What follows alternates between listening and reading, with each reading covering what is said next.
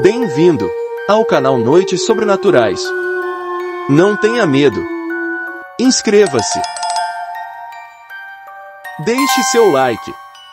Canal de entretenimento com conteúdos exclusivos. A Estrada das Sombras. Rodovia Fernão Dias, BR-381. As Memórias de Júlio, caminhoneiro aposentado. Capítulo 1. O Batismo de Fogo. Aquele primeiro trecho na Fernão Dias não foi apenas uma viagem. Foi um rito de passagem, um mergulho forçado nas profundezas de um mundo novo e, confesso, intimidante. Eu, Júlio, um garoto franzino de 20 e poucos anos, com a ousadia juvenil borbulhando nas veias, mas com a inexperiência gritando a cada curva, me vi catapultado da familiar boleia de um Ford Cargo enferrujado, que mal se aventurava pelos bairros de Maringá, para o comando de uma Scania imponente. Era um gigante de metal, ronronando com uma potência que eu mal conseguia controlar, engolindo quilômetros de asfalto rumo a distante Belo Horizonte. A ansiedade era um parasita constante, roendo minhas entranhas, enquanto um frio na barriga teimava em não se dissipar, mesmo com o sol da manhã aquecendo a cabine. Era uma mistura de excitação pela aventura e um medo surdo do desconhecido.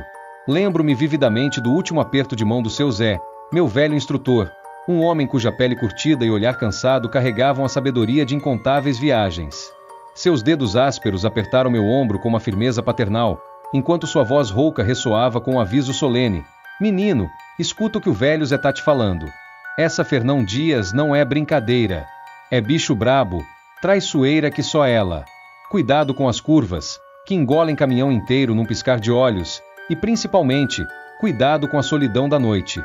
Ela prega peças na mente da gente, te mostra coisas que não existem e te faz ouvir o silêncio gritar." Naquela primeira jornada, cada quilômetro esticado sob os pneus pesados da Scania parecia uma eternidade. A máquina, apesar de sua força bruta, parecia sentir minha insegurança, respondendo aos meus comandos hesitantes com um leve engasgo. A paisagem se metamorfoseava lentamente, como um filme passando em câmera lenta. Os familiares contornos urbanos de Maringá, com seus prédios altos e o incessante burburinho das ruas, foram gradualmente dando lugar a um horizonte mais distante, salpicado pelo verde denso e ondulante das colinas, prenúncio das montanhas que viriam. Foi ao cair da noite, quando o sol se despediu em tons alaranjados no horizonte, que a Fernão Dias realmente revelou uma faceta mais sombria. A neblina densa na Serra da Mantiqueira desceu sorrateiramente, como um manto fantasmagórico tecido de fios úmidos e frios. Em poucos minutos, engoliu os potentes faróis do caminhão em um raio acanhado de poucos metros, transformando a estrada em um túnel branco e opaco. A visibilidade era quase nula, e cada curva que surgia era uma aposta perigosa, um palpite incerto sobre o que se escondia além da cortina de névoa. A respiração ficava presa na garganta a cada guinada do volante, o coração acelerado pela tensão. As árvores retorcidas que ladeavam a estrada, seus galhos esqueléticos apontando para o céu escuro, eram iluminadas de forma espectral pelos meus faróis, transformando-se em figuras fantasmagóricas, dedos esqueléticos de uma mão gigante emergindo do breu. O silêncio dentro da cabine era cortado apenas pelo ronco grave do motor e pelo chiado esporádico do rádio. Foi ali, naquele isolamento úmido e gelado, engolido pela neblina e pela escuridão, que ouvi pela primeira vez os sussurros do rádio. No meio de uma canção sertaneja antiga, que lutava para vencer a estática, surgiram vozes baixas, indistintas, como se alguém estivesse falando ao longe, em um idioma que meus ouvidos nunca haviam captado. Era um murmúrio suave, quase inaudível, que parecia vir do nada e ir para lugar nenhum. Tentei sintonizar melhor o rádio, girando o botão com dedos trêmulos, mas as vozes sumiram tão rápido quanto apareceram, deixando para trás apenas o chiado insistente e o som abafado do meu próprio coração batendo forte no peito. Naquele momento, atribuí aqueles sons estranhos à interferência, alguma estação de rádio distante se misturando às ondas, ou talvez até mesmo um truque da minha mente cansada e ansiosa. Era a explicação lógica, a mais fácil de aceitar. Mal sabia eu, naquele jovem e inexperiente caminhoneiro, que aqueles sussurros seriam apenas a primeira nota de uma sinfonia muito mais sinistra, o prelúdio de um coro de mistérios e sombras que a Estrada das Sombras, a temida Fernão Dias, reservava para mim ao longo de tantos anos na boleia. O batismo de fogo não se resumiu a dominar a arte de dirigir uma carreta grande pela primeira vez. Foi sentir o peso esmagador da estrada, a solidão cortante da noite ter o primeiro, e perturbador, vislumbre das sombras que ali espreitavam, prontas para atormentar os viajantes incautos. Capítulo 2. A Loira da Madrugada. Com o rodar incessante dos pneus e o passar dos anos, a Fernão Dias, aquela artéria vital que costurava o sudeste do Brasil, deixou de ser para mim, Júlio, um mero traçado de asfalto desconhecido e assustador. Ela se transformou em uma entidade familiar, quase uma velha conhecida com suas manias e humores, suas retas convidativas e suas curvas traiçoeiras. Aprendi a ler seus ritmos sutis, a sentir a cadência do tráfego que variava com os horários, a memorizar os trechos mais perigosos que exigiam uma concentração quase sobrenatural, e até mesmo a catalogar mentalmente os postos de parada que ofereciam não apenas um diesel confiável, mas também um café decente e um descanso breve, porém seguro. No entanto, por mais íntima que essa relação com a estrada se tornasse, algumas histórias teimavam em persistir no imaginário coletivo dos caminhoneiros, como uma febre baixa e constante. Eram contos transmitidos em voz baixa nos refeitórios barulhentos dos restaurantes de beira de estrada, sussurrados nos acampamentos improvisados sob a luz bruxuleante de uma fogueira, e ecoando nos rádios durante as longas madrugadas solitárias. Entre todas essas narrativas, a lenda da loira de Caeté se destacava com uma intensidade macabra, pintando um quadro vívido de beleza e terror que invariavelmente nos causavam arrepio na espinha. Diziam, com uma convicção quase religiosa, que em certas noites, especialmente naquelas banhadas pela luz prateada e fantasmagórica da lua cheia, uma figura feminina de beleza espectral emergia da escuridão à beira da estrada, em algum ponto impreciso, porém sempre recorrente, nas proximidades da pacata cidade mineira de Caeté. Uma mulher vestida em um longo vestido branco, de um tecido leve e esvoaçante que parecia dançar com a brisa noturna, com longos cabelos loiros que cintilavam sob o luar, como fios de prata derretida. Seu rosto, embora de uma palidez quase translúcida, carregava uma expressão de profundo e lancinante desespero, os olhos arregalados fixos na estrada, implorando silenciosamente por ajuda. Ela acenava debilmente para os caminhões que cortavam a noite, pedindo carona com um olhar suplicante, como se carregasse nos ombros um fardo de sofrimento tão pesado que a vergava. A parte mais perturbadora e inexplicável da lenda se desenrolava após a decisão do motorista. Aqueles que, movidos por um impulso de compaixão humana ou talvez por uma mórbida curiosidade, decidiam parar seus pesados veículos para atender ao pedido silencioso da mulher, e se atreviam a olhar para o banco de trás da cabine, encontravam invariavelmente apenas o vazio. O assento, momentos antes aparentemente destinado a receber a figura angustiada, estava inexplicavelmente desocupado, como se ela nunca tivesse existido ali. E para aqueles que, tomados por uma intuição sombria ou por um medo visceral do desconhecido, optavam por seguir viagem sem interromper seu curso, havia um relato ainda mais inquietante e persistente. Olhando pelo espelho retrovisor, por uma fração de segundos que parecia uma eternidade, juravam ter visto a figura da loira sentada no banco traseiro de seus caminhões.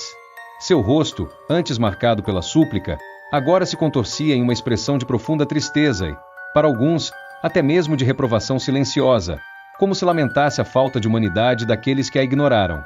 Então, tão rapidamente quanto havia aparecido, a visão se dissipava, desvanecendo-se como fumaça na escuridão da noite, deixando para trás apenas a sensação fria do medo e uma dúvida lancinante. Em minhas incontáveis travessias da Fernão Dias, em noites iluminadas por todas as fases da lua, desde o brilho intenso do crescente até a escuridão profunda do minguante, eu nunca tive um encontro direto e inegável com a loira de Caeté. Talvez eu não fosse o escolhido para presenciar sua aparição, talvez minha mente estivesse sempre muito focada na estrada à frente, ou talvez, no fundo, eu sempre tenha mantido uma distância respeitosa daquele trecho em particular durante as noites de lua cheia, por via das dúvidas. No entanto, ao longo dos anos, conheci muitos veteranos da estrada, homens experientes e geralmente céticos, que juravam de pés juntos, com a mão no coração e um brilho estranho nos olhos, ter tido um encontro pessoal com a loira. Seus relatos eram vívidos, repletos de detalhes arrepiantes que pareciam genuínos, e o arrepio palpável que percorria suas espinhas enrugadas ao reviverem suas experiências era mais convincente do que qualquer efeito especial de um filme de terror de baixo orçamento. Um velho caminhoneiro chamado Elias, conhecido por sua fleuma imperturbável e seu humor ácido, um sujeito que zombava de qualquer história de fantasmas, me contou uma vez, com a voz estranhamente embargada e os olhos fixos em um ponto invisível além da janela do restaurante, sobre a noite fatídica em que a viu. Ele dirigia sozinho, a madrugada fria cortando o silêncio da cabine como uma faca, quando avistou a figura pálida à beira da estrada, banhada pela luz fantasmagórica da lua cheia que pairava no céu como um olho vigilante. Ele hesitou por um instante, debatendo-se entre a cautela instintiva e um súbito impulso de compaixão. Contra seu melhor julgamento, decidiu parar o caminhão. Abriu a porta do passageiro, mas não viu absolutamente ninguém ali. Intrigado e com um crescente mal-estar, olhou para o banco de trás, e foi então que a viu. Estava sentada em silêncio, com as mãos pálidas repousando no colo, os olhos fixos em um ponto além do para-brisa, uma aura de tristeza infinita e inexplicável emanando de sua presença. Tomado por um pavor irracional que nunca havia sentido antes, Elias pulou de volta para a boleia, trancou as portas e acelerou o caminhão com o coração martelando no peito, sem ousar olhar para trás no espelho retrovisor. Jurou solenemente nunca mais parar para ninguém naquele trecho da Fernão Dias, em nenhuma noite de lua cheia, pelo resto de seus dias na estrada. A lenda da loira de Caeté, para mim, sempre transcendeu a mera história de fantasmas. Ela servia como um lembrete constante e tácito da fragilidade inerente à vida na estrada e das consequências trágicas e muitas vezes inexplicáveis que os acidentes e a solidão podiam ceifar. Era uma história que nos unia em um medo compartilhado, um conto que nos fazia olhar com uma atenção redobrada para as sombras que dançavam à beira da rodovia e para o brilho pálido e misterioso da lua nas longas e solitárias noites de viagem. Mesmo sem nunca tê-la avistado pessoalmente, a loira da madrugada era uma presença constante em minha mente enquanto cruzava Fernão Dias, uma sombra silenciosa pairando sobre a escuridão da estrada, um lembrete espectral de que nem tudo que se via na boleia era feito de carne e osso. Capítulo 3. Caminhoneiro que sumiu sem deixar rastro. A lenda espectral da loira de Caeté, com suas aparições fugazes e seu sofrimento silencioso, era, sem dúvida, perturbadora, uma história que nos confrontava com o inexplicável e o sobrenatural. No entanto, o que realmente infiltrava um medo frio e palpável nas veias da nossa unida, porém vulnerável, comunidade de caminhoneiros, não eram os contos de fantasmas, mas sim a dura e fria realidade dos desaparecimentos. Não me refiro aos acidentes trágicos, que, infelizmente, eram uma estatística sombria e constante na implacável Fernão Dias, ceifando vidas e deixando rastros de metal retorcido e lágrimas. Falávamos dos sumiços inexplicáveis, dos colegas que simplesmente evaporavam da face da terra como se tivessem sido engolidos por um buraco negro na própria estrada, sem deixar para trás sequer o consolo de um caminhão abandonado na beira do asfalto, sem o último contato desesperado irradiando pelo rádio, sem a menor migalha de evidência que pudesse lançar alguma luz sobre o que lhes havia acontecido. Esses eram os mistérios que nos faziam olhar com uma apreensão crescente para a escuridão voraz que engolia a estrada a cada anoitecer, um medo que ia além do perigo físico e tangenciava o desconhecido. Lembro-me com uma clareza lancinante do caso de Tião, um sujeito de coração largo, a alegria estampada em cada ruga de seu rosto sempre sorridente, e uma piada pronta para ser desferida em qualquer situação, mesmo naquelas mais tensas e carregadas de preocupação. Ele era um veterano da estrada, um verdadeiro mestre das longas distâncias, fazendo a rota regular entre a agitada São Paulo e a mais calma Montes Claros há anos. Conhecia cada curva sinuosa da Fernão Dias, cada posto de gasolina com seu café peculiar, cada remendo mal feito no asfalto como se fossem marcas familiares em seu próprio corpo. Era um cara experiente, prudente na direção, daqueles que a gente nunca imaginaria se envolver em encrenca ou cometer um erro fatal. Naquela fatídica noite, Tião fez seu último contato de um posto de beira de estrada localizado nas proximidades de Oliveira. Ligou para sua esposa, Dona Maria, a companheira de tantos anos, como era seu costume religioso, para avisar que estava tudo correndo bem e que logo pegaria a estrada novamente, rumo ao seu destino. Depois dessa breve e rotineira comunicação, um silêncio absoluto engoliu o rádio. No início, como sempre acontece nesses casos, a esperança teimava em florescer. Pensamos que ele poderia ter feito uma parada não planejada para descansar em algum lugar fora da rota habitual, talvez para visitar um amigo que morava nas redondezas. Mas os dias se arrastaram, lentos e carregados de angústia, e Tião não deu mais notícias. A voz desesperada de Dona Maria começou a ecoar pelo rádio, ligando para todos os colegas de Tião, buscando freneticamente por alguma informação, por um fio de esperança em meio ao crescente desespero. A empresa para a qual Tião dedicava seus dias na boleia, diante do silêncio prolongado e alarmante, acionou as autoridades policiais. As buscas se iniciaram, varrendo meticulosamente a extensão da Fernão Dias e as estradas vicinais que serpenteavam pela região. Helicópteros sobrevoaram a área em amplos círculos, seus rotores cortando o ar com um som lúgubre, enquanto equipes de policiais vasculhavam matagais densos e áreas remotas, na vã esperança de encontrar algum vestígio. Mas, para o horror de todos, nada foi encontrado. O mais perturbador e inexplicável de tudo era que o caminhão de Tião, um Volvo FH reluzente, quase novo, do qual ele tanto se orgulhava e cuidava com esmero, simplesmente havia desaparecido. Não havia sinal de acidente, nenhuma marca de pneu saindo da pista, Nenhum pedaço de metal retorcido que pudesse indicar uma colisão. Era como se a terra tivesse se aberto e engolido o caminhão e seu motorista. E a carga que ele transportava, um carregamento valioso de eletrônicos de última geração, havia evaporado como fumaça ao vento, sem deixar rastro. A polícia, perplexa diante da ausência de qualquer evidência concreta, levantou uma série de hipóteses sombrias. Um possível assalto seguido de sequestro, um elaborado esquema de desvio de carga com consequências trágicas, até mesmo a remota possibilidade de um acidente em algum lugar isolado e inacessível. No entanto, nenhuma dessas teorias parecia se encaixar perfeitamente na personalidade de Tião. Ele não era do tipo de se meter em confusão, evitava áreas de risco e era conhecido por sua honestidade. A ideia de abandonar um caminhão novo e uma carga valiosa era algo impensável para ele, um contrassenso com tudo o que sabíamos sobre sua índole. Para nós, a comunidade unida de caminhoneiros, o sumiço inexplicável de Tião era um lembrete sombrio e profundamente perturbador de que a estrada, além de ser um palco constante de perigos visíveis, como acidentes causados pela imprudência ou pelas condições adversas, e pela ameaça sempre presente da ação de criminosos, podia ser implacável de maneiras que nossa mente finita mal conseguia conceber. Era como se a própria Fernão Dias, com sua extensão implacável e seus trechos isolados, tivesse se cansado de ser apenas uma via de passagem e tivesse decidido engolir Tião e seu possante caminhão, sem deixar sequer um mísero arroto como explicação. O mistério pairava no ar rarefeito dos postos de gasolina e nos olhares preocupados dos colegas, alimentando um caldeirão de teorias sombrias e sussurros apreensivos nos encontros de estrada. Alguns, mais inclinados ao misticismo, falavam em forças sobrenaturais espreitando nas sombras da estrada, em algo insondável que, de tempos em tempos, reivindicava uma vítima inocente. Outros, com uma visão mais pragmática, tentavam desesperadamente encontrar explicações lógicas, por mais remotas e improváveis que fossem. O desaparecimento de Tião deixou uma cicatriz profunda e invisível em nossa comunidade. Era como se um elo vital tivesse sido rompido em nossa corrente de solidariedade e companheirismo, como se a tênue sensação de segurança que sentíamos uns pelos outros nas longas jornadas tivesse sido irremediavelmente abalada. Se um caminhoneiro experiente e cuidadoso como Tião podia simplesmente sumir no nada, sem deixar vestígios, o que poderia acontecer com qualquer um de nós, meros mortais enfrentando os perigos da estrada a cada dia? A Fernão Dias, que até então era nossa companheira constante e nosso principal meio de sustento, passou a carregar uma aura ainda mais sinistra, um véu de mistério e apreensão que nos fazia olhar com ainda mais receio para a escuridão que nos cercava cada noite em suas longas e solitárias retas. O caso de Tião nunca foi solucionado, permanecendo como uma ferida aberta na memória da estrada, um lembrete constante de que alguns segredos da Fernão Dias eram tão profundos e impenetráveis quanto a noite mais escura que já enfrentamos na boleia. Capítulo 4. Vozes no éter.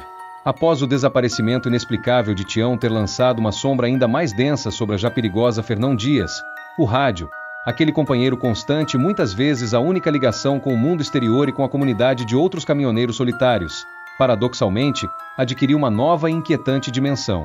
Em meio à vastidão silenciosa das longas horas na estrada, a voz familiar de um colega ecoando pelo alto-falante, um aviso crucial sobre um acidente bloqueando a pista frente, ou até mesmo as notas alegres de uma música sertaneja captada em alguma estação distante, eram como um abraço na alma, um lembrete reconfortante de que não estávamos completamente sozinhos naquela imensidão de asfalto e escuridão. No entanto, essa mesma ferramenta de comunicação, que deveria nos unir e nos manter informados, também se tornou, para alguns de nós, uma fonte adicional de estranheza, um canal para o inexplicável, e até mesmo um gatilho para um temor visceral que ia além dos perigos físicos da estrada. Além das transmissões rotineiras e previsíveis, os comunicados oficiais sobre as condições do tráfego, os alertas sobre animais cruzando a pista, os avisos sobre obras e desvios, e os bate-papos informais e bem-humorados entre colegas de profissão, trocando informações sobre os melhores postos de comida ou as últimas fofocas da estrada. Às vezes, no meio do nada, captávamos fragmentos de áudio bizarros, transmissões que pareciam desafiar qualquer lógica conhecida, vozes sussurrando em línguas arcaicas e desconhecidas, sílabas arrastadas e guturais que soavam antigas e terrivelmente distorcidas, risos macabros e secos que pareciam surgir do mais absoluto vazio, como se o próprio éter estivesse gargalhando de nossa solidão, ou até mesmo pedidos de socorro desesperados, carregados de pavor, que cessavam abruptamente no meio da frase, deixando um silêncio carregado de uma angústia palpável. Muitos dos caminhoneiros mais céticos e com os pés firmemente plantados no asfalto da realidade atribuíam essas ocorrências perturbadoras a fenômenos puramente físicos. Interferências eletromagnéticas causadas por condições atmosféricas incomuns, ondas curtas de rádio perdidas no labirinto do tempo e do espaço, ou até mesmo a transmissões fracas e distantes de estações de rádio amador operando em frequências obscuras, captadas acidentalmente por nossos potentes rádios de comunicação. Era a explicação racional, a âncora que nos mantinha ancorados na sanidade em meio à vastidão da estrada e à escuridão opressora da noite. Mas para alguns de nós, especialmente naquelas longas e intermináveis noites solitárias, quando o cansaço começava a embaçar a tênue linha que separava a realidade da imaginação febril, parecia haver algo mais sinistro e inexplicável por trás daqueles sons perturbadores. Algo que emanava da própria estrada, como se a Fernão Dias, com seu histórico carregado de tragédias e mistérios, tivesse sua própria frequência secreta, sintonizada em um espectro que a mente humana lutava para decifrar e compreender. Eu mesmo fui testemunha de algumas experiências profundamente inquietantes com o rádio da minha Scania enquanto cortava as longas retas e enfrentava as curvas traiçoeiras da Fernão Dias. Lembro-me nitidamente de uma madrugada fria e envolta em uma neblina densa e úmida, em algum ponto isolado perto de Pouso Alegre, quando, no meio de um programa noturno de entrevistas que mal conseguia vencer o chiado estático, ouvi um choro de criança tão nítido, tão pungente e carregado de uma dor lancinante, que me fez frear o caminhão bruscamente e parar no acostamento, com o coração disparado no peito. O som era tão real, tão próximo, que meu instinto imediato foi de procurar desesperadamente pela criança, imaginando algum acidente terrível ou um ato cruel de abandono na escuridão da beira da estrada. Desliguei o rádio e abri a porta da cabine, mergulhando no silêncio da noite, que era cortado apenas pelo suave e fantasmagórico assobio do vento frio que dançava entre as árvores. Vasculhei os arredores com o feixe potente da minha lanterna, iluminando a neblina opaca e as sombras alongadas projetadas pela minha própria luz, mas não havia absolutamente nada. Apenas a neblina densa e impenetrável e as formas indistintas das árvores na escuridão. Voltei para a cabine, confuso, com um nó inexplicável na garganta e uma sensação fria percorrendo minha espinha. Liguei o rádio novamente, e a voz monótona do entrevistador continuava sua conversa como se nada tivesse acontecido, como se aquele choro angustiante nunca tivesse rompido as ondas do éter. Aquele choro, de onde diabos tinha vindo? Em outra ocasião, durante uma madrugada particularmente longa e solitária, enquanto dirigia pela monótona reta entre as cidades de Campanha e Três Corações, captei uma voz feminina sussurrando meu nome. Era um sussurro suave, quase inaudível, como o murmúrio de um fantasma, mas incrivelmente nítido, como se alguém estivesse falando diretamente ao meu ouvido, bem ali, dentro da cabine. Senti um arrepio percorrer cada centímetro do meu corpo, da raiz dos cabelos até a ponta dos dedos. Instintivamente, olhei para o lado, para o espelho retrovisor, esperando ver alguém, mas estava completamente sozinho na cabine, cercado apenas pela escuridão da noite e pela luz pálida do painel. Desliguei o rádio imediatamente, o silêncio repentino parecendo ainda mais opressor. Liguei-o novamente, checando freneticamente a frequência, imaginando ter sintonizado alguma transmissão bizarra, mas a voz não voltou. Passei o resto daquela longa noite com o coração acelerado, os olhos fixos nos espelhos, sentindo uma presença invisível me observando nas sombras da cabine. Esses incidentes isolados, somados aos relatos perturbadores de outros caminhoneiros que compartilhavam experiências semelhantes, criaram uma atmosfera de mistério e apreensão em torno do rádio na Fernão Dias. Alguns dos mais jovens e nervosos brincavam, com humor forçado, dizendo que eram os espíritos dos inúmeros acidentados ao longo da rodovia tentando se comunicar com os vivos.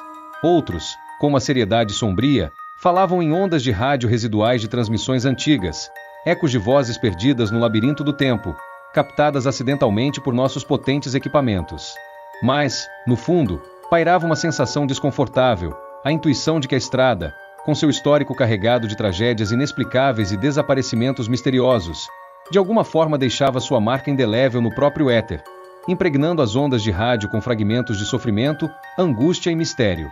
O rádio, que deveria ser um conforto e uma conexão com o mundo, às vezes se tornava um portal assustador para o inexplicável, amplificando a solidão da noite com vozes que pareciam vir do nada e ir para lugar nenhum, sussurros fantasmagóricos que nos faziam questionar a sanidade e a própria natureza da realidade naquela longa e escura estrada das sombras.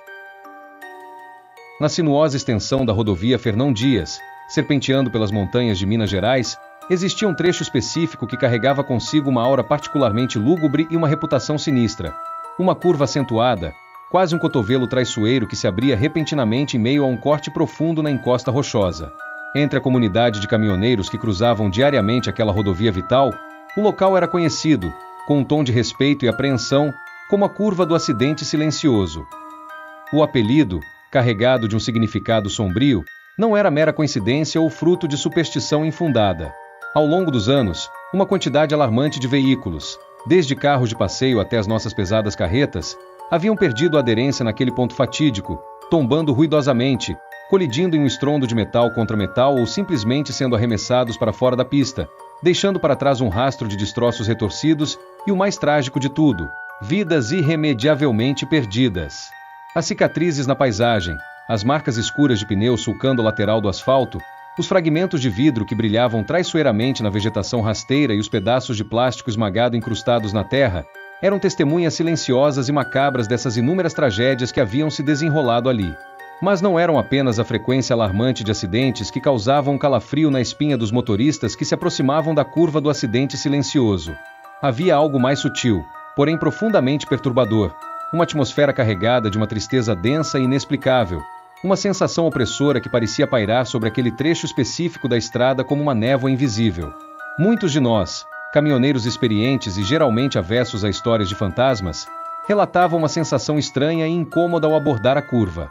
Era como se o próprio caminhão, com suas toneladas de metal e carga, inexplicavelmente ficasse mais pesado, lutando contra uma força invisível que parecia tentar desviá-lo sutilmente de sua trajetória segura.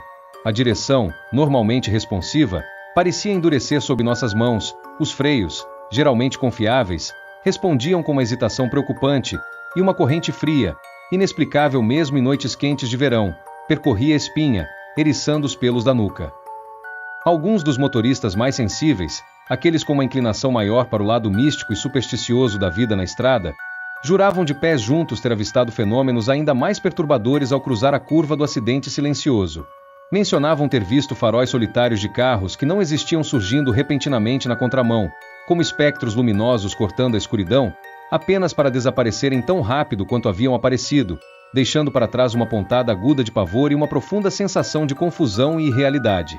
Outros relatavam ter vislumbrado vultos rápidos e sombrios atravessando a pista na última fração de segundo, figuras indistintas que pareciam se materializar do nada, emergindo da vegetação densa à beira da estrada, apenas para sumirem novamente nas sombras antes que pudessem ser claramente identificadas.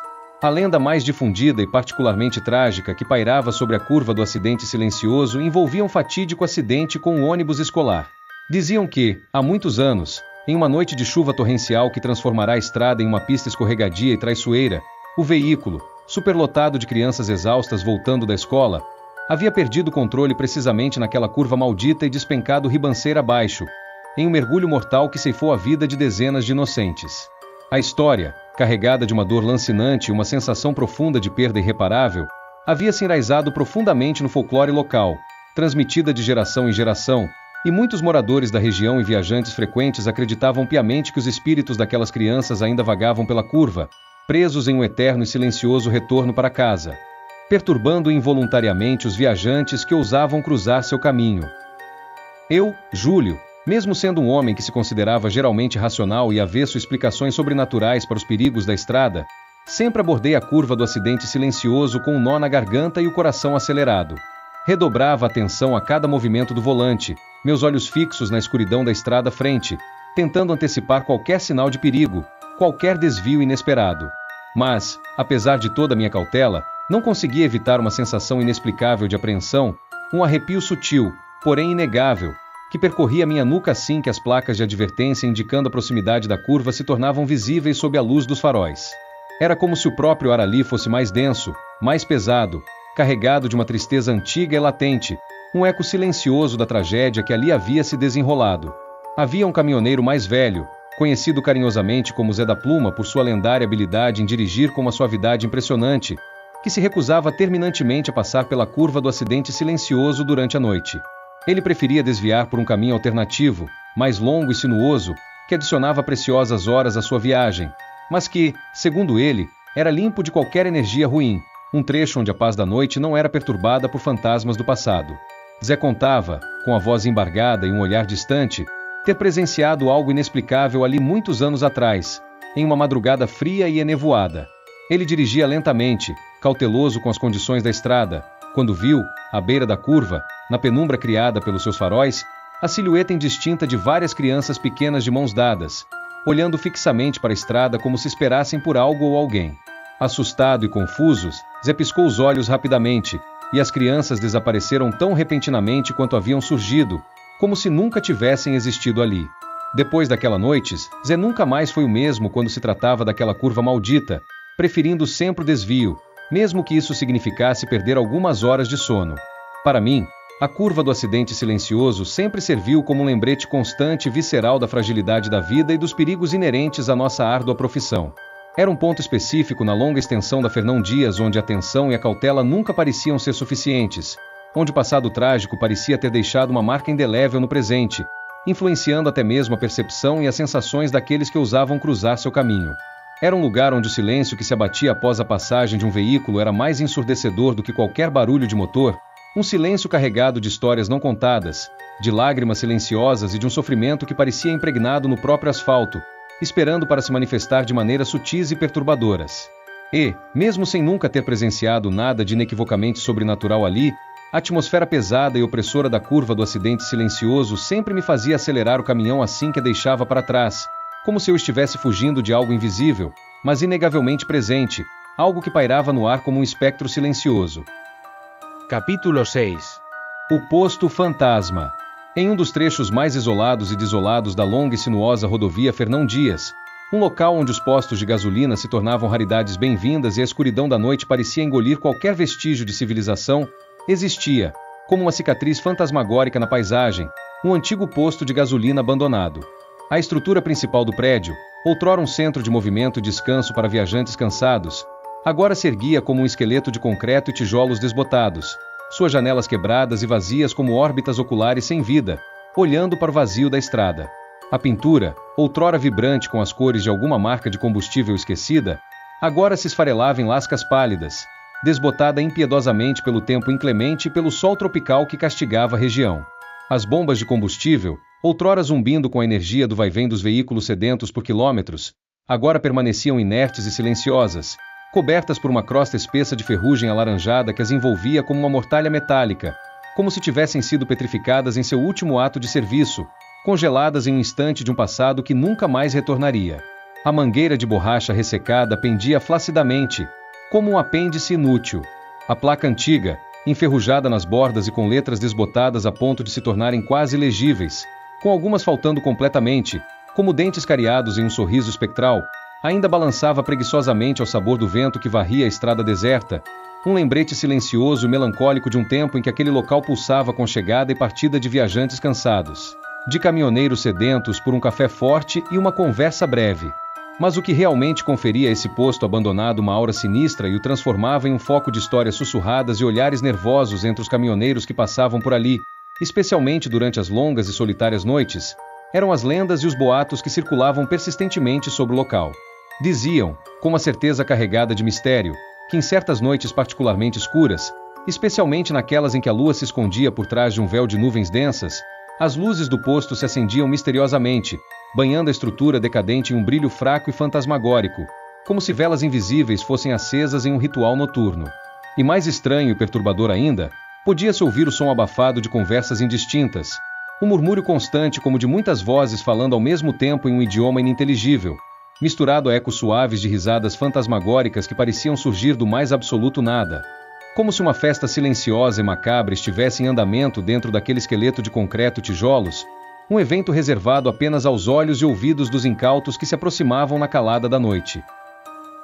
Alguns caminhoneiros mais corajosos, ou talvez mais incautos, movidos pela curiosidade mórbida ou simplesmente desesperados por um breve descanso em um trecho tão isolado e desolador, que se atreveram a se aproximar do posto fantasma durante a escuridão da noite juravam ter visto sombras fugazes e indistintas se movendo por trás das janelas empoeiradas, como espectros presos em um eterno ciclo de atividade. Alguns até afirmavam ter vislumbrado a silhueta indistinta de pessoas abastecendo carros que não existiam, figuras translúcidas que pareciam se materializar brevemente ao lado das bombas enferrujadas antes de desaparecerem como fumaça ao serem notadas. Havia também aqueles que, com a voz trêmula e os olhos arregalados, contavam ter ouvido o suave e melancólico som de um sino de caixa registradora tocando delicadamente, seguido por um murmúrio baixo e quase inaudível de agradecimento, mesmo que o posto estivesse visivelmente deserto e abandonado há anos. Eu, particularmente, confesso que nunca senti a menor inclinação de saciar minha curiosidade ou de testar a veracidade dessas histórias parando naquele posto abandonado, nem mesmo durante a luz clara do dia. Aquele lugar exalava uma aura palpável de tristeza e mistério, uma sensação visceral de que algo trágico ou inexplicável havia ocorrido ali, deixando uma marca indelével no próprio ar. A simples visão da estrutura decadente à beira da estrada, com suas janelas vazias e o silêncio opressor que a envolvia, me causava um desconforto inexplicável, uma vontade instintiva e urgente de acelerar o caminhão e deixar aquele lugar para trás o mais rápido possível, como se fugisse de uma presença invisível, mas inegavelmente sinistra. Um velho amigo de estrada, conhecido por todos como Barba Ruiva devido sua barba longa e avermelhada que lhe conferia um ar sábio e experiente, um sujeito que já tinha visto e vivido de tudo um pouco nas incontáveis estradas que cruzou, me contou uma vez, com a voz mais baixa do que o habitual e um brilho estranho nos olhos, sobre sua única e aterrorizante experiência no posto fantasma. Ele estava com seu velho Scania quebrado naquele trecho particularmente isolado da Fernão Dias, e sem qualquer sinal de celular para pedir ajuda, decidiu arriscar se aproximar do posto abandonado na vã esperança de encontrar algum tipo de abrigo precário para passar a noite, longe do frio cortante e da solidão opressora da estrada. Ao se aproximar cautelosamente da estrutura, viu uma luz fraca e bruxuleante emanando de uma das janelas quebradas. Hesitante, chamou em voz alta, mas não obteve nenhuma resposta. Empurrou a porta enferrujada, que rangeu em protesto como um lamento fantasmagórico ao se abrir. O interior estava mergulhado em uma escuridão empoeirada e fria, mas ele jurou, com a convicção de um homem que viu o que não deveria, ter sentido um ar gelado e um leve, porém inconfundível, cheiro de gasolina velha pairando no ar. De repente, no silêncio opressor, ouviu um sussurro fraco e arrastado vindo de algum lugar atrás dele. Virou-se bruscamente, o coração disparado no peito, mas não viu absolutamente ninguém.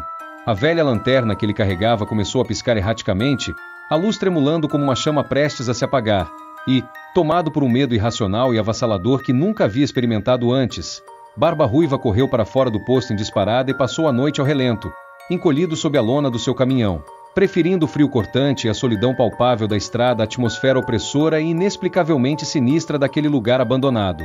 A lenda do posto fantasma servia, para muitos de nós, como um lembrete sombrio e inquietante de que nem todos os abandonos são silenciosos, e que alguns lugares, marcados por eventos desconhecidos ou tragédias silenciosas, carregam consigo ecos persistentes de um passado que se recusa a morrer completamente. Para muitos caminhoneiros, era um ponto específico da Fernão Dias a ser evitado a todo custo durante a escuridão da noite, um lugar onde a linha tênue que separa o mundo dos vivos do reino dos mortos parecia perigosamente fina e permeável. E mesmo para aqueles que nunca presenciaram nada de inequivocamente sobrenatural ali, a simples existência da história, transmitida de geração em geração de boletos, era suficiente para fazer com que acelerássemos o passo e apertássemos o volante com mais força ao passar por aquele esqueleto silencioso de um passado esquecido, erguido como um monumento espectral à beira da temida Estrada das Sombras. Capítulo 7. O canto da sereia da rodovia. Entrelaçada na tapeçaria de lendas e mistérios que pairavam sobre a extensa e muitas vezes solitária rodovia Fernão Dias, existia uma narrativa peculiar que não se manifestava através de aparições visuais assustadoras, de vultos fugazes dançando na escuridão ou de luzes inexplicáveis cortando a noite. Essa lenda, em sua essência, era puramente auditiva, uma melodia espectral e etérea que, segundo os relatos sussurrados entre os caminhoneiros, podia ser ouvida em noites específicas, quando as condições climáticas criavam uma atmosfera particular de melancolia e mistério. Eram as noites em que a chuva fina caía como um véu prateado e incessante, umedecendo o asfalto e embaçando os faróis, enquanto a neblina rastejava preguiçosamente pela pista, engolindo a paisagem em um abraço úmido e frio, transformando a estrada em um corredor fantasmagórico. O canto, conforme as descrições hesitantes e carregadas de um misto de fascínio e terror, era de uma beleza melancólica e profundamente hipnotizante. Uma voz feminina suave e etérea parecia flutuar no ar rarefeito da noite, carregada de uma tristeza profunda e inefável, uma saudade antiga que ecoava através dos quilômetros.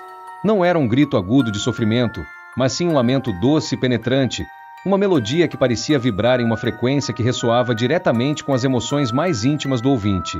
Alguns a descreviam como um sussurro distante, carregado de uma nostalgia lancinante por um amor perdido ou por um lar distante. Outros a percebiam como um chamado suave e irresistível, uma promessa ilusória de paz e descanso eterno em meio à exaustão física e mental da longa viagem. Era uma melodia que misteriosamente conseguia penetrar a barreira do ruído constante do motor diesel, que se insinuava sorrateiramente no silêncio da cabine, tocando uma corda sensível e muitas vezes adormecida na alma solitária do caminhoneiro. A parte mais sinistra e verdadeiramente perturbadora da lenda residia no efeito inexplicável e perigoso que esse canto espectral parecia exercer sobre aqueles que tinham a infelicidade de ouvi-lo. Diziam que a melodia possuía uma beleza tão etérea e um poder hipnótico tão intenso que alguns motoristas, enfeitiçados por sua doçura melancólica e pela promessa implícita de alívio, se sentiam irresistivelmente atraídos a abandonar a segurança da estrada, a desviar seus pesados veículos do asfalto conhecido para seguir a origem daquele som etéreo e tentador. Atraídos por uma miragem auditiva de conforto e repouso, eles inexplicavelmente viravam seus caminhões para os acostamentos instáveis. Aventuravam-se por estradas vicinais escuras e desconhecidas que se ramificavam da Fernão Dias como veias sombrias, ou até mesmo, em casos mais extremos e inexplicáveis, adentravam o interior da mata densa e impenetrável que ladeava a rodovia, como se estivessem seguindo um chamado irresistível para um destino incerto e, quase certamente, perigoso. E aqueles que, porventura, sucumbiam ao encanto do canto da sereia da rodovia, bem, seus destinos eram invariavelmente sombrios e envoltos em um mistério ainda maior do que a própria melodia. Seus caminhões eram invariavelmente encontrados abandonados à beira da estrada, muitas vezes com as portas da cabine inexplicavelmente abertas e os motores ainda quentes, como se tivessem sido deixados às pressas. Mas os motoristas, esses desapareciam sem deixar o menor vestígio, engolidos pelo silêncio da noite e pelo enigma da melodia espectral, como se tivessem se fundido com as sombras da floresta ou evaporado na umidade da neblina. Alguns, com uma visão romântica e trágica, acreditavam que o canto era o espírito de uma mulher que havia perdido seu amado em um trágico acidente ocorrido em algum ponto da Fernão Dias e agora vagava pela estrada em uma busca eterna e desesperada, chamando por ele em uma esperança vã de reencontrá-lo em meio à vastidão da noite. Outros, com uma perspectiva mais sombria e sobrenatural, sussurravam sobre uma entidade maligna, uma espécie de sereia moderna da rodovia, que se alimentava da solidão extrema e da exaustão debilitante dos viajantes solitários, atraindo-os para a perdição com sua voz encantadora e sua promessa ilusória de descanso. Eu, Júlio, em meus longos anos cruzando a Fernão Dias, felizmente ou talvez infelizmente, nunca fui agraciado, ou amaldiçoado, com a audição do canto da sereia da rodovia.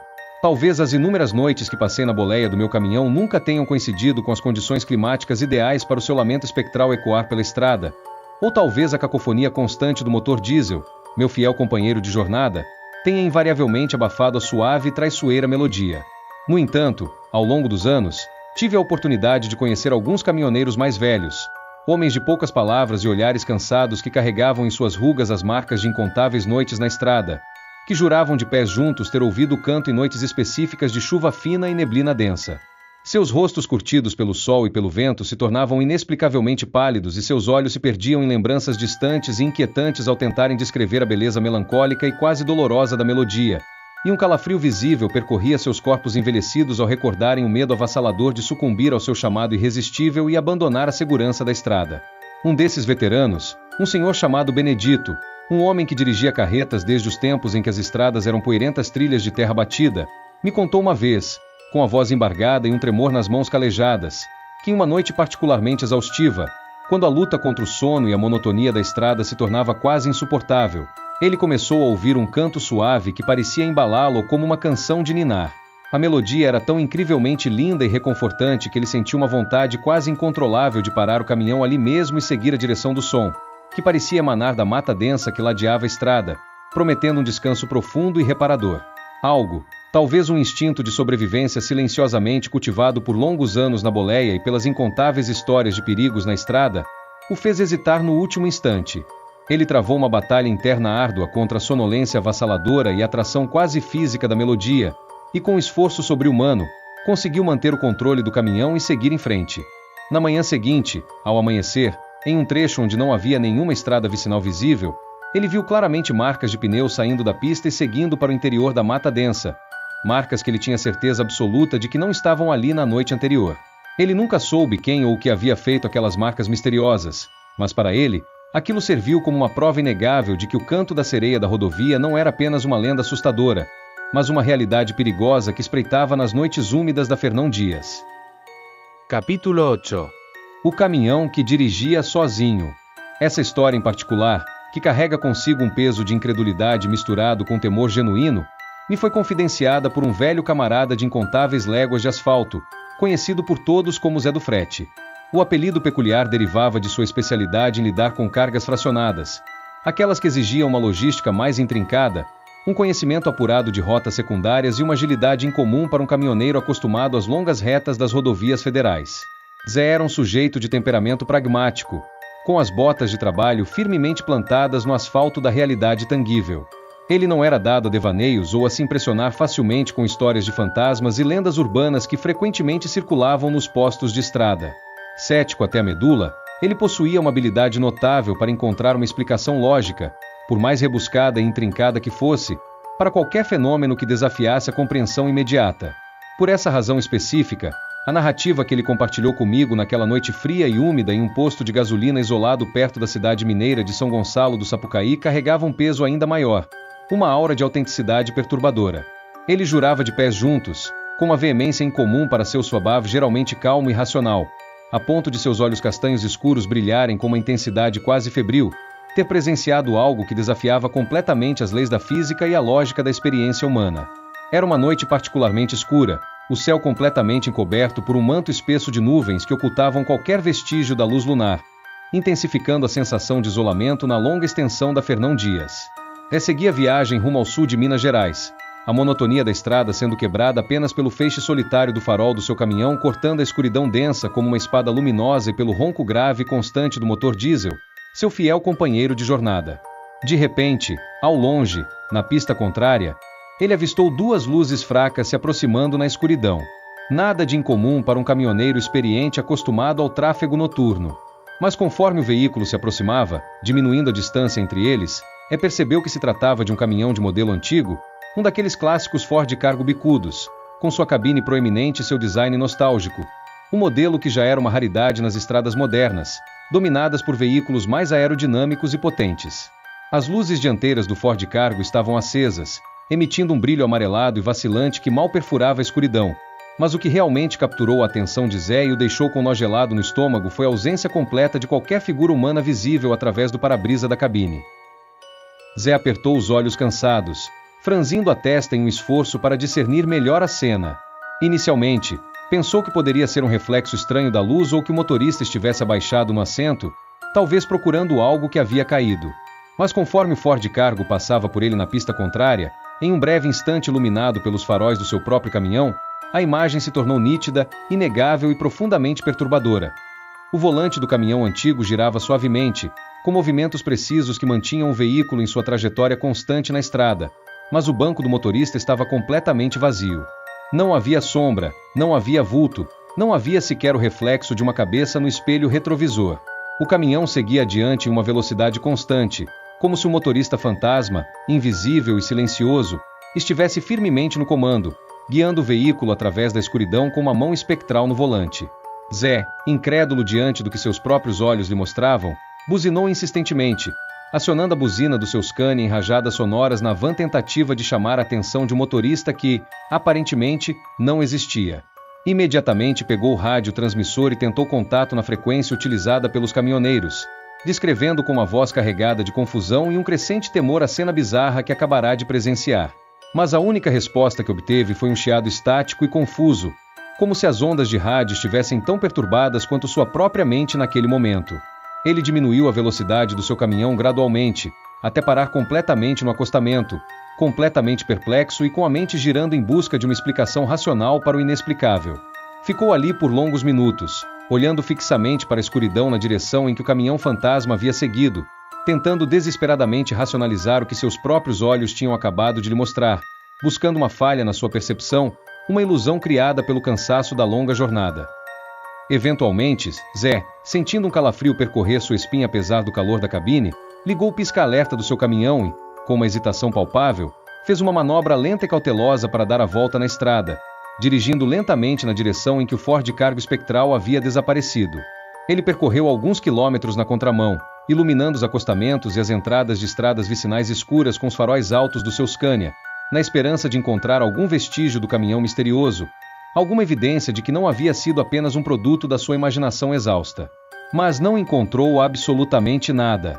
Era como se o caminhão antigo tivesse simplesmente se desmaterializado na escuridão da noite, evaporado no ar rarefeito da Fernão Dias sem deixar rastro. Do frete, o cético inveterado, O homem que sempre tinha uma explicação lógica para tudo, nunca conseguiu encontrar uma explicação plausível para o que seus olhos viram naquela noite. Para ele, a única conclusão possível, embora relutante, era que havia sido uma alucinação poderosa, induzida pelo cansaço extremo da longa jornada e pela monotonia da estrada escura, uma brincadeira cruel pregada por sua mente exausta. Mas a maneira como ele me contou a história, com os olhos arregalados e um tom de voz que carregava um misto palpável de incredulidade e genuíno espanto, tinha um peso que suas explicações racionais não conseguiam dissipar completamente. Havia uma sombra de dúvida persistente em seu olhar abutina cínico, uma sugestão silenciosa de que, talvez, a Fernão Dias guardasse segredos ainda mais estranhos e insondáveis do que jamais imaginamos, mistérios que desafiavam as fronteiras da lógica e da razão humana.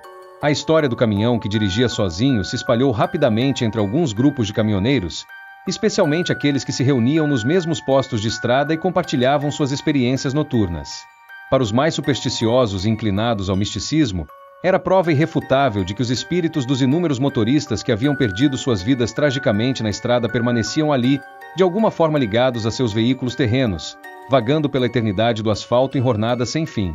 Para outros, era apenas mais um conto bizarro e assustador para se contar nas longas madrugadas solitárias, uma forma de espantar o sono e o tédio, de adicionar uma pitada de emoção ao marasmo da viagem.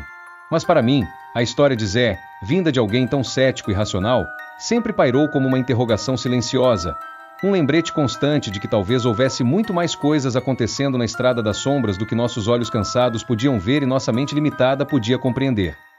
Capítulo 9. O pedágio assombrado. Mesmo aqueles pontos específicos da rodovia Fernão Dias que eram inerentemente sinônimo de um movimento constante e incessante, de um fluxo ininterrupto de veículos de todos os tipos cortando a noite e o dia, e de uma interação humana breve, porém presente, como os postos de pedágio estrategicamente posicionados ao longo da rodovia, não conseguiam escapar completamente das intrincadas teias de mistério e das persistentes histórias de assombração que pareciam impregnar a própria atmosfera daquela estrada extensa e, por vezes, implacável. Um dos pedágios em particular, localizado em uma posição crucial nas proximidades da agitada cidade de Betim, no coração da região metropolitana de Belo Horizonte, havia adquirido, com o lento e inexorável passar dos anos, uma reputação sinistra e perturbadora, tornando-se palco de uma série de relatos estranhos e inexplicáveis que circulavam em voz baixa entre os funcionários que ali labutavam nas longas jornadas e alguns caminhoneiros mais frequentes que cruzavam aquele trecho da Fernão Dias. Regularmente, os funcionários mais antigos do pedágio, aqueles cujas vidas se entrelaçavam com o ritmo constante da rodovia e que haviam passado inúmeras noites solitárias e silenciosas nas pequenas e isoladas cabines de cobrança, eram os principais depositários e portadores dessas histórias inquietantes. Contavam, com um tom de voz que variava entre o ceticismo cansado e um temor genuíno, sobre cancelas automáticas que misteriosamente se abriam sozinhas durante as madrugadas silenciosas, quando o fluxo de veículos se reduzia a um gotejar esporádico e fantasmagórico, sem que nenhum carro, caminhão ou motocicleta se aproximasse das fotocélulas sensíveis. Relatavam ter visto vultos rápidos e indistintos deslizando sorrateiramente entre as cabines vazias, como se passageiros invisíveis e apressados estivessem atravessando a barreira tarifária para alcançar um destino desconhecido no reino dos espíritos. E havia também os relatos persistentes sobre moedas antigas, algumas delas datando de épocas remotas e esquecidas da história do Brasil, que eram encontradas inexplicavelmente no chão imundo das cabines pela manhã, como se tivessem misteriosamente caído de bolsos de fantasmas que ali haviam passado na calada da noite. Um cobrador mais jovem, um rapaz franzino e de olhar perpetuamente nervoso chamado Lucas, que trabalhava no turno da noite e parecia viver em constante estado de alerta, me contou uma vez, com a voz ainda embargada pela nítida lembrança de um evento aterrador, sobre uma noite particularmente tempestuosa. A chuva caía torrencialmente sobre a rodovia, chicoteando o asfalto e embaçando os para-brisas, os raios iluminavam o céu noturno com flashes brancos e violentos, e o vento uivava como um lobo faminto ao redor da pequena cabine de cobrança. Ele estava completamente sozinho em seu posto, o barulho ensurdecedor da tempestade abafando qualquer outro som do mundo exterior, quando, de repente, começou a ouvir batidas insistentes na janela lateral da cabine, como se alguém desesperado estivesse implorando freneticamente para entrar. Intrigado e com medo crescente apertando seu peito, Lucas olhou para fora através do vidro embaçado, mas não havia nenhum carro parado ali, apenas a cortina impiedosa da chuva torrencial e a escuridão impenetrável da noite. As batidas persistiram, tornando-se cada vez mais fortes e impacientes, como se a entidade do lado de fora estivesse ficando cada vez mais desesperada. Lucas hesitou por um longo momento, debatendo-se entre a cautela instintiva e uma mórbida curiosidade misturada com um certo grau de pavor paralisante. Finalmente, vencido pela necessidade de saber o que estava causando aquele barulho insistente, ele abriu cuidadosamente a pequena janela deslizante. No instante em que o fez, sentiu um vento gelado e repentino invadir a cabine aquecida, um ar frio que parecia carregar consigo o cheiro úmido da terra e algo mais, algo indefinível e perturbador. Junto com a rajada gelada, ele jurou ter ouvido um sussurro ininteligível, uma voz fraca e arrastada que parecia vir de lugar nenhum e de todos os lugares ao mesmo tempo, carregada de uma tristeza profunda e inexplicável. A sensação foi tão profundamente perturbadora e antinatural que Lucas fechou a janela imediatamente, trancando-a com as mãos trêmulas e o coração martelando no peito. Depois daquela noite aterrorizante, ele pediu transferência imediata para outro pedágio, localizado em uma área mais movimentada e, segundo ele, definitivamente menos assombrado.